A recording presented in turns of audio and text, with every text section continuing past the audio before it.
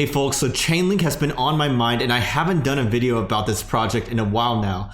It's had a really remarkable 2020, reaching all-time high in BTC ratio and beating out most other big projects in the crypto space. By now, it's really a household name in the whole crypto world. And I know many of y'all watching this video are Link Marines, or at least curious about this project because you guys voted in droves for Chainlink in my recent poll of what to cover next. So I ended up doing the research for you, and I'm gonna break down what all big milestones they hit in 2020 and what exciting stuff to look forward to in 2021. So hopefully this can save you a little bit of time getting caught up to speed with this project. And if that sounds valuable to you at all, you know what to do. Just sit back, relax, and just keep on watching.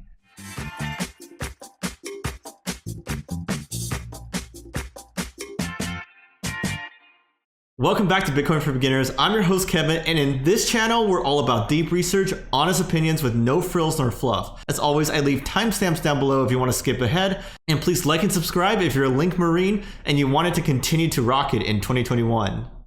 So first, a very brief recap about Chainlink, and we actually made a video about this a couple years ago, which got a ton of views, right? But that was a breakdown, and essentially, Chainlink is a decentralized oracles network that provides valuable outside data to smart contracts. And if dApps need outside data to make a decision, then they need something like Chainlink, whether that be sports scores, the temperature, asset prices, and so forth. Chainlink delivers this in a decentralized and reliable way. And blockchains themselves don't have the ability to bring outside data into their networks. That's why they need oracles to do so. If it weren't for oracles, it'd be a really boring world inside the blockchain space, and there's a very limited set of applications and use cases that they can actually build. For example, let's say a smart contract needs to know the current price of Apple stock or the current score of a football game. These are what they can use oracles for. And Chainlink is a decentralized network of such oracles. So what about the Link token, right? Link is the fuel that powers the entire Chainlink ecosystem. Essentially, it serves as incentives and a reputation system for all the oracles participating. And it helps determine which ones are the most valuable and accurate ones out there.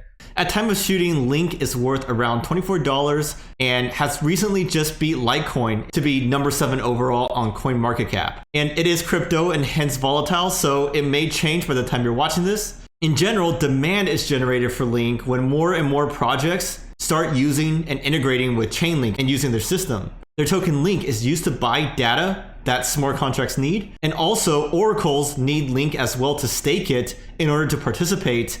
And if their data ends up being wrong or they maliciously try to change some stuff, then they lose that cut of their stake. And if they do it right and they operate truthfully, then they also get rewards and payments from the clients that use their data. So what is the recap of all the juicy things that happened in 2020? Because Chainlink's price really shot up and rocketed, but they also improved on a fundamental scale, right? I mean, they became the most widely used Oracle network in the entire world. They really had a strong push to increase the number of price feeds from around 25 to almost 70 by the end of the year. They also had a ton of partnerships with different organizations and companies in different industries. For example, in the insurance industry, they're working with Arbol and Acre Africa, both insurance providers. Chainlink provides them data about weather conditions.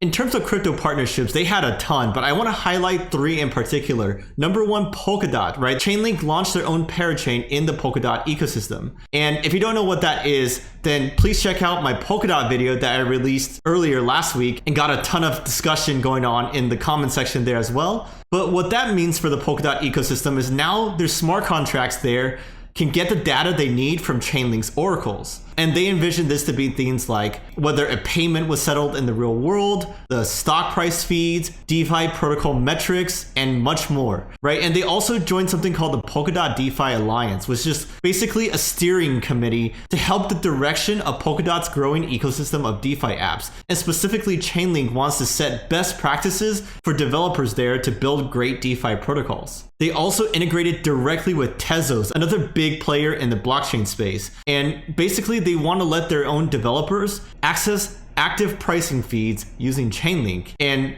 this could be for DeFi apps and a lot of different projects built in Tezos. Lastly, Rootstock. If you remember this is a Bitcoin sidechain that kind of brings smart contracts to the Bitcoin space. Honestly, they used to be much more talked about. Now they're kind of a zombie project in my opinion, but they also announced, maybe just to get some buzz and hype, that they're integrating with Chainlink so that they can bring DeFi to Bitcoin as well. And some other partnerships, just a quick hitting list, include Matic Network, Hedera Hashgraph, Chiliz, Binance, Bloom, IrisNet, and much more. Lastly, they had a huge acquisition of something called Deco, or DECO. And essentially, this is a state-of-the-art privacy-preserving oracles protocol built by researchers in Cornell University. So the point is that they can have oracles share data, it can be private and yet flexible to let some parties share data with each other. And so a great example of this is identity information. You can share it for Know Your Customer anti-money laundering or KYC AML policies and regulations without putting personal information on chain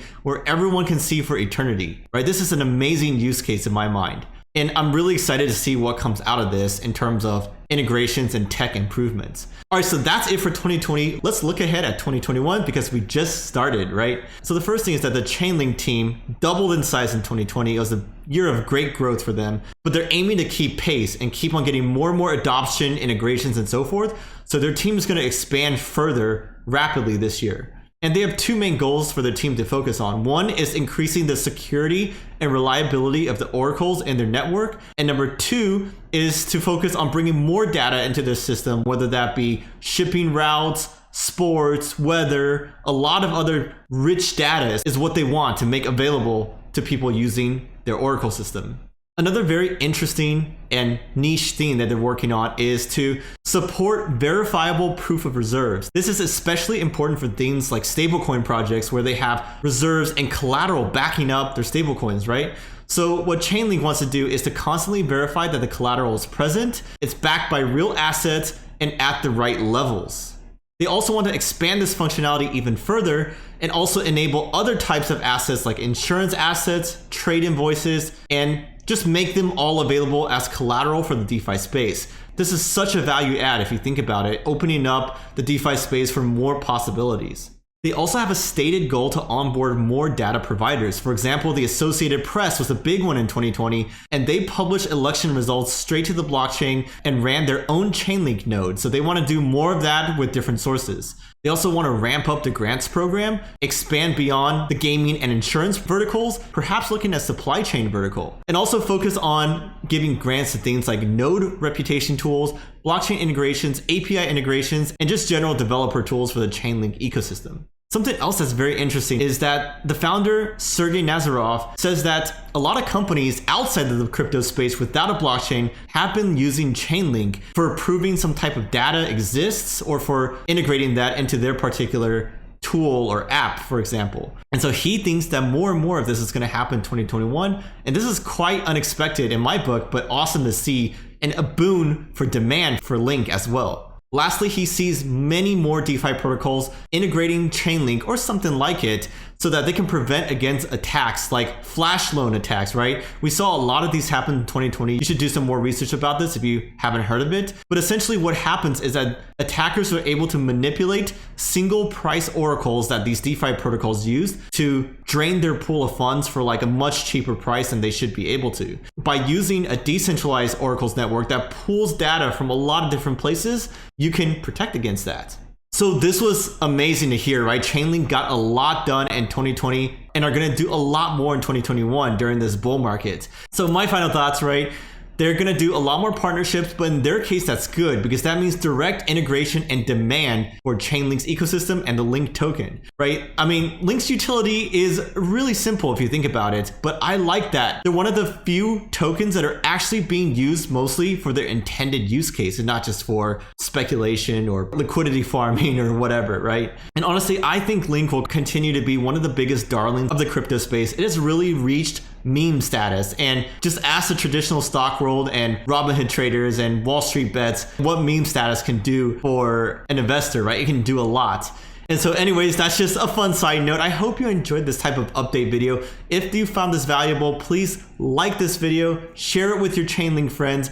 And next up, I have Celsius Network, I have IOTA, I have Axion, maybe a not so rosy view on some of them, but you know, in this channel, I like to keep things fair and critical. And I'm Kevin, I hope you have an amazing rest of your day, and I'll catch y'all next time.